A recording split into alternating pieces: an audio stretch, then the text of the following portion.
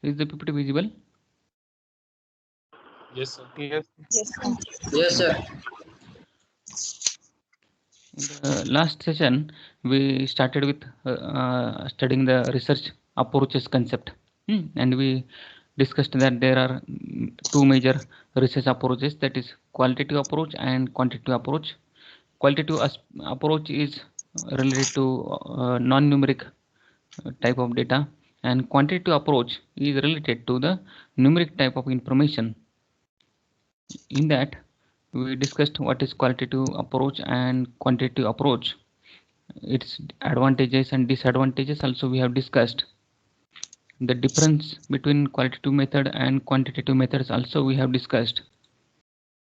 And we started with understanding exploratory research design. Exploratory research design, related to that, we understood that it is conducted to understand the problem.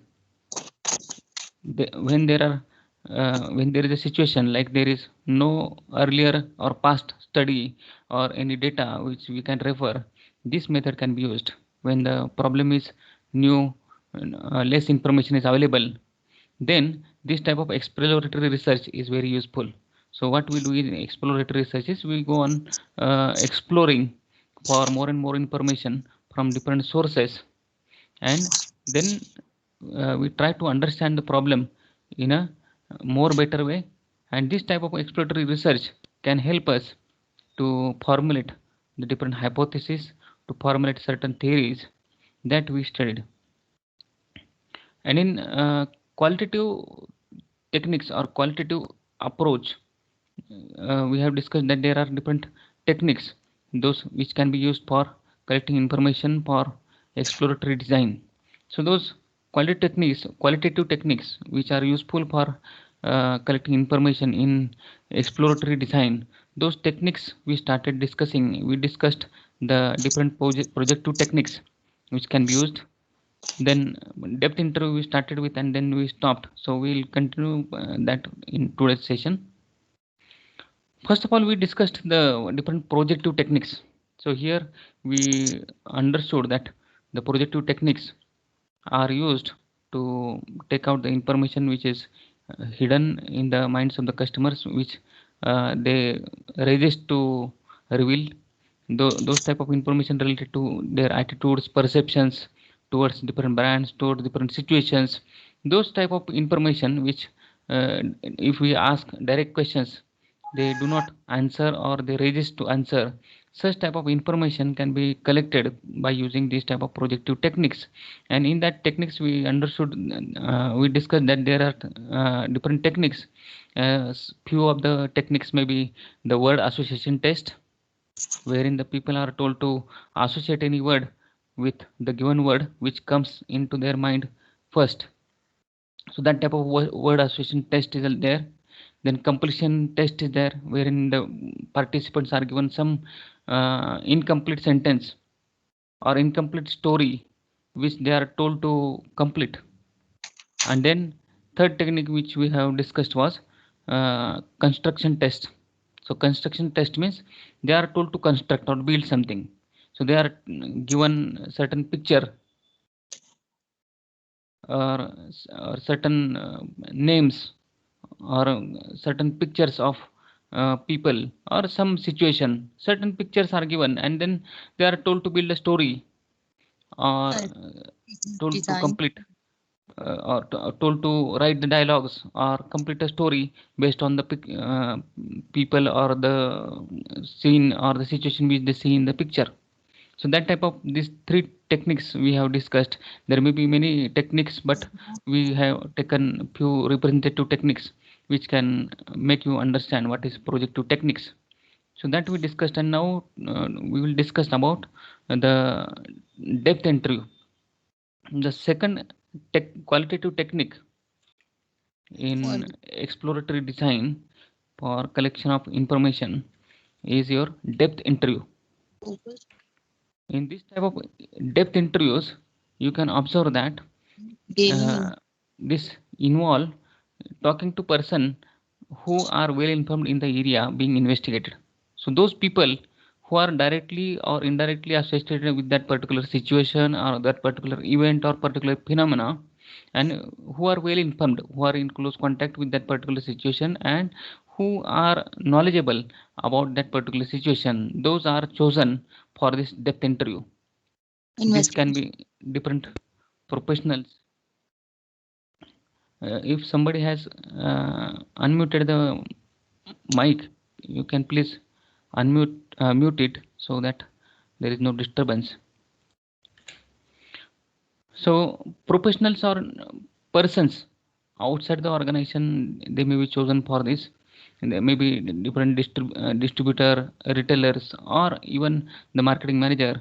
Those who are in close contact with that particular situation or who are knowledgeable about that situation, those are taken for this type of depth interview. Here there is no need of questionnaire. So in this type of depth interview, you do not need any questionnaire. The interviewer who is the or the researcher who is conducting this research, he will go on asking the questions to these knowledgeable people or expert people without any questionnaire. So this questionnaire will be flexible, unstructured in questionnaire, wherein the researcher will ask questions as per his sequence, as per his logic, or as per the situation, whatever he feels appropriate as per that sequence and as per the requirement. He will ask the questions to the those people so as to get maximum information. So this type of depth interviews can also be used. Then there is another technique to get the information is experience survey. So in experience survey, there may be certain set of questions may be designed. So these questions may be designed to gauge the overall satisfaction of group of people who have shared a common experience. Those people who are sharing or experiencing the same situation, those people are chosen for conducting this type of experience survey, and certain set of questions may be designed. So example of such type of experience survey may be there are different businesses who are conducting survey to understand the satisfaction level of customers towards particular brand or particular product. Or there may be educational institutes wherein the educational institute may want to understand the satisfaction level of students towards the institute. So those can be few examples of experience survey wherein those people who are chosen are sharing common experience. Two type of different questions can be used in experience survey. First, maybe your multiple choice questions can be asked. Multiple choice questions wherein the people are given options to choose one option from different alternatives available. Those can be used to rate experiences on a scale, or they can indicate satisfaction levels by choosing from a list of responses. So certain multiple choice questions can be given. So on that multiple choice questions, they can rate their experience, maybe good, average, bad. That type of rating the experience can be done, or they can indicate the satisfaction level, whether they are completely satisfied, moderately satisfied, or not satisfied, dissatisfied. So that type of satisfaction level also can be understood or taken from the respondents. At the same time, there can be open-ended short questions. There can be open-ended questions for taking the short responses from the respondents, or to expand on their answers in the multiple choice section. In the multiple choice section, wherein they have responded to certain level of satisfaction, for example, good, bad, or good, bad, or uh, average. So in that, there may be one another sub question like uh, explain it or to provide more information. So like that, there can be uh, some more information in the form of short responses can also be taken in open-ended questions. So in experience survey, you can see that set of question can be designed, which may be multiple choice or few short open-ended questions can be there, and this can be used for conducting a survey to understand the satisfaction level of respondents toward a product or service. Are you people understanding? Yes, sir. Yes, sir. So that is about experience survey. Then another technique is focus group. So focus group. In this focus group, what is done is it is a small but demographically diverse group of people. So different people from diverse background, which are directly or indirectly associated with that particular situation or the particular topic on which the discussion is to be held. So that group of people having diverse background, that is selected. That is a small group of maximum 8 to 10 people, and this is a form of qualitative research consisting of interviews. So herein also interview is being conducted, but this is a little bit different type of interview. This is a type of interactive group setting. So herein what is done is those people who are directly or indirectly associated with that particular situation or the topic in hand, those are called for a discussion, and a moderator who is controlling that particular discussion, he may start the discussion, he may give the background of that particular study, and then the discussion will start. In all this discussion, the people can interact with each other, they can interact with the moderator, and free and open discussion happens related to that particular topic or the situation which for which the information is to be collected.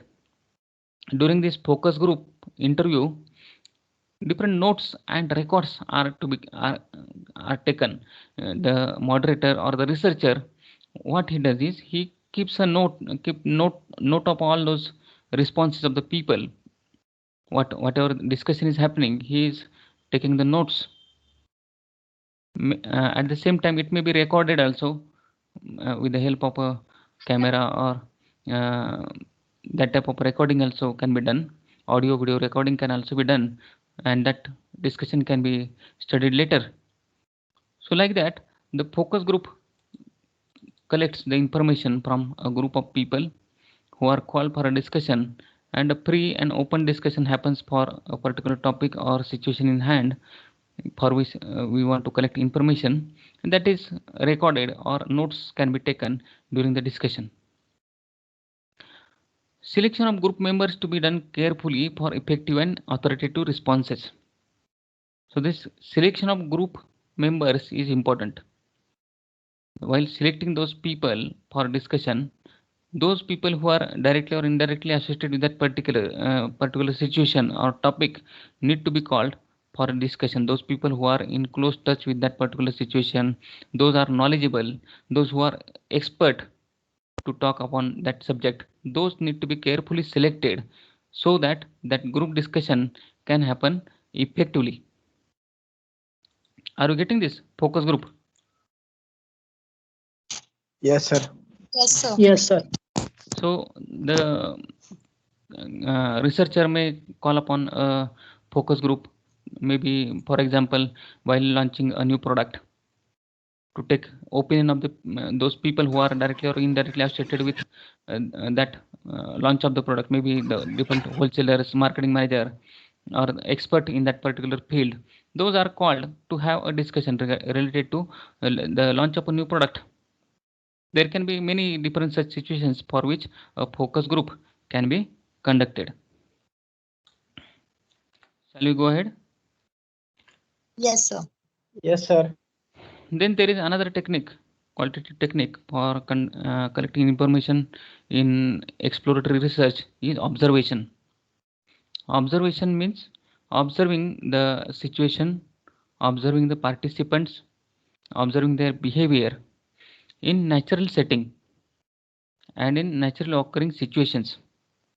So in a natural setting, without altering any situation, observing their natural behavior is called as observation. So there may be many situations wherein the researcher wants to observe their behavior. Maybe in a mall, uh, researcher may observe the people how they are selecting on different products, which type of product they choose, or what are their preferences. He may have uh, an observation in the natural setting, in the natural situation, wherein he will not reveal that here he is observing or he is taking the notes of the particular observation. So this observation technique, what it does is it observes ongoing behavior of the respondents.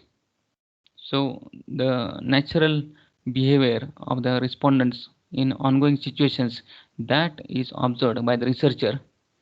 This provide the foundation for the theory and hypothesis development. So this understanding the ongoing behavior of the customers and in the natural setting can provide the researcher with more information, detailed information about how they behave in particular situation, and this can help researcher to formulate particular hypothesis or assumptions which can be helpful for conducting further studies. So have you understood till now? We have discussed all those different qualitative techniques for collecting information in exploratory design, the projective techniques, depth interviews, experience survey, focus groups, and observation. Is there any query related to this topic till now? No, sir. No doubt. Okay. So if there is no doubt, we'll go ahead.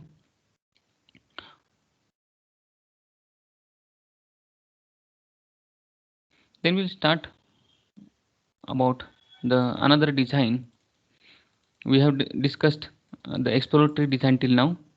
Now we'll go ahead to discuss the another research design, that is the research descriptive research design. So descriptive research design, from the name itself, it suggests that it is about description. Description of what? Description of whatever is whatever all the facts are there related to the particular situation, facts and figures about all the particular situation or event or phenomena, that is reported as it is. So that is the basic meaning of descriptive design. So in descriptive design, the statement of affairs as they are at present, with the researcher having no control over the variables. So in descriptive design, we do not have any control on the variables. We do not alter the variables. We do not make modifications in that particular situation or event or particular phenomena. What we do is we just report the facts and figures as it is. So that is the meaning of descriptive design. You may take the example that, for example, a researcher wants to study demographic characteristics of a particular population. Demographic characteristics means all those age, gender, occupation, their location, like all that demographic variables or demographic information researcher wants to collect. That may be an example of descriptive design. So what he is doing is he is collecting the information about all those demographic variables like age, gender, their location, their weight, their height, all those type of variables which describes the respondents that he is collecting. So here we do not alter the situation, or we are not making any changes in that particular situation or particular phenomenon. We are reporting only whatever the facts and figures as it is. So that is a descriptive design. So descriptive design describes about what is. So what is all about the facts and figures. What are the facts? So descriptive research deals with the questions related to what is, while analytical research, it describes why it is. It may describe the reason behind it. So in analytical research, we try to find out the cause and effect relationship, why it is. But in descriptive design, or descriptive research, we only understand what is. So what is that means the actual facts and figures. The main purpose of your descriptive design is to describe, to explain, and validate the research findings. Here only the purpose is to describe the facts, explain the facts as it is, and validate the research findings. So that is only the objective of descriptive design. Are you getting the meaning of descriptive research design? Yes, sir. Yes, sir. Okay. Okay, we will go ahead. So descriptive research design, what are the different advantages? There are certain advantages of descriptive research design. The first advantage is that the possibility to observe phenomenon in a completely natural and unchanged natural environment. So here there is advantage of observing or and recording the phenomenon or particular situation or event in a completely natural and unchanged natural environment. We do not change the situation. Second advantage is that it provides an opportunity to integrate the qualitative and quantitative methods of data collection. Herein you can use different techniques of qualitative and quantitative methods in combination. This type of descriptive design is quick, so it provides you the information. The time required for collection of data is less, and it is also economical. Then there are various cons, that is the disadvantages of descriptive research design. So disadvantages may include that descriptive design cannot test or verify the research problem statistically. So it is difficult to test the problem statistically because we are not into understanding the cause and effect, and using those statistical techniques is difficult in this type of descriptive design wherein we are describing the facts. Then research results may reflect certain level of bias due to the absence of statistical tests. So there may be a certain bias of the researcher may come into the research findings, as these are we are not using statistical techniques wherein we are using not trying to understand the cause and effect relationship. So there may be certain bias which can come into the findings because of uh, earlier information or earlier knowledge of the researcher related to the particular topic. The majority of descriptive studies are non-repeatable due to the observational nature. So as we are observing particular nature of people in a particular situation, it is not repeatable. You may not get the same results after repeating the particular study. Then descriptive studies are not helpful in identifying cause behind a described phenomenon.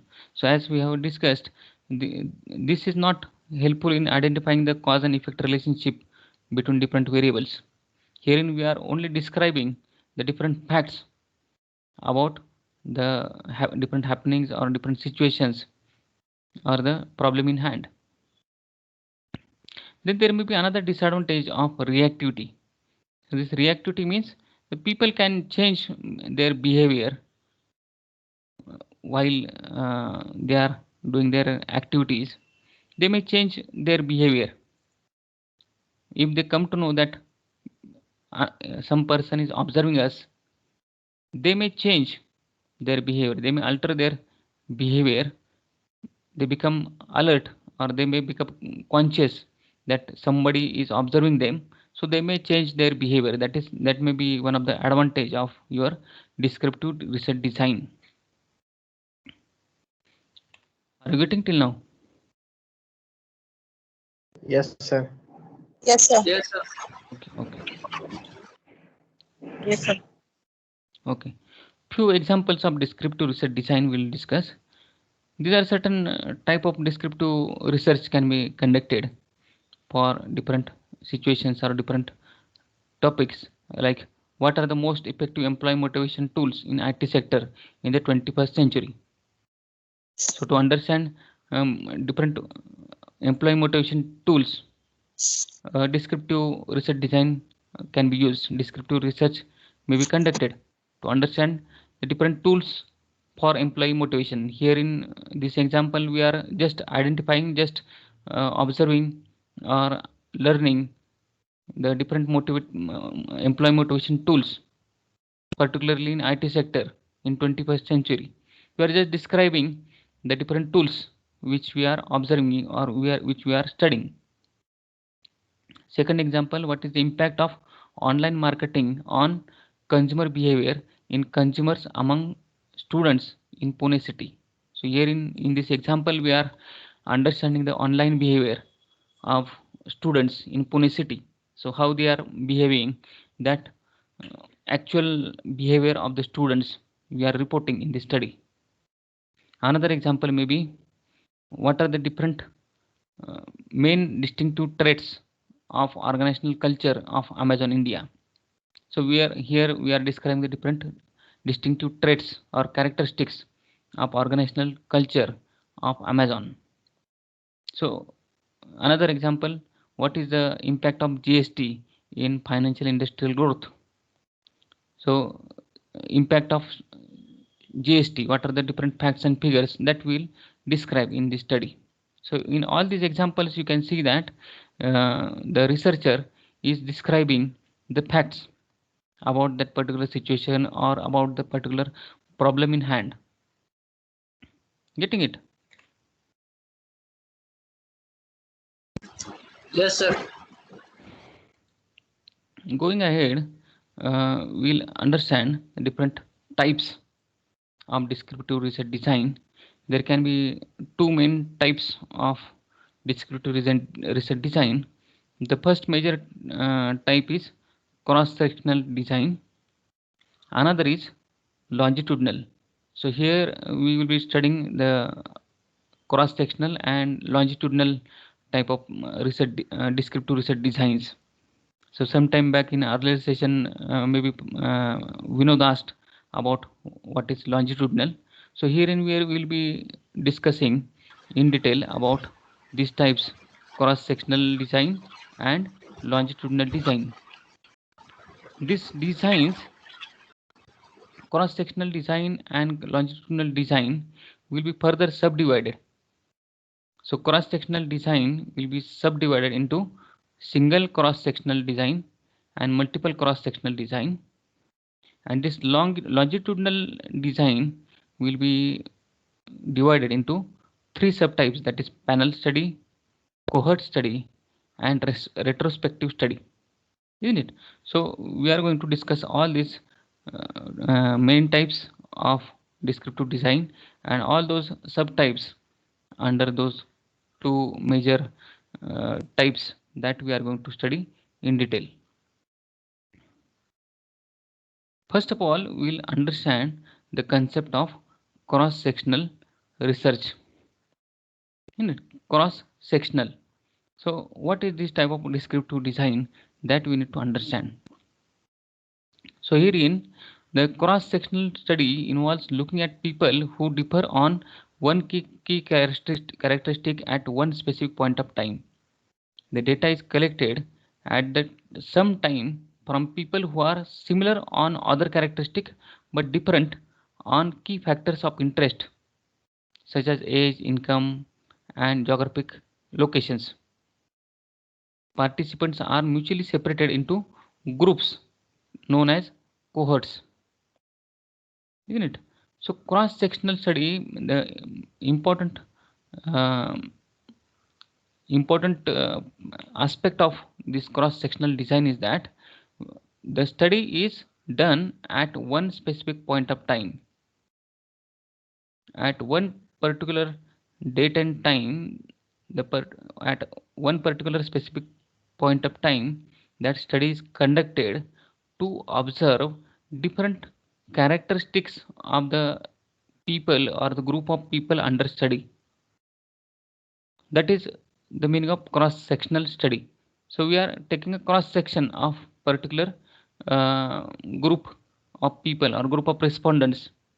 So we'll be studying the different variables or different factors under study at one point of time. That is the important meaning or the basic understanding of that cross-sectional research. Example you can take, researcher might create cohorts of participants. Cohorts mean groups of participants who are into their 20s, 30s and 40s. So after making these groups, he may study their behavior at one point of time. That may be called as a cross-sectional research. So cross-sectional research, the concept of cross-sectional research, what it means is that the researcher is looking at people or studying the group of people at specific point in time. So this type of study is conducted at once for that particular group of people or group of respondents for different characteristics he want to study at a particular point in time. So that is called as cross-sectional study. Are you getting the meaning of cross-sectional study, or you want me to elaborate one more time?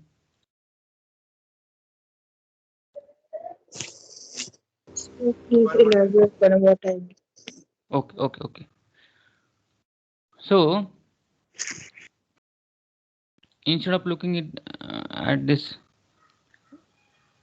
you can just understand what is cross-sectional design in simple terms.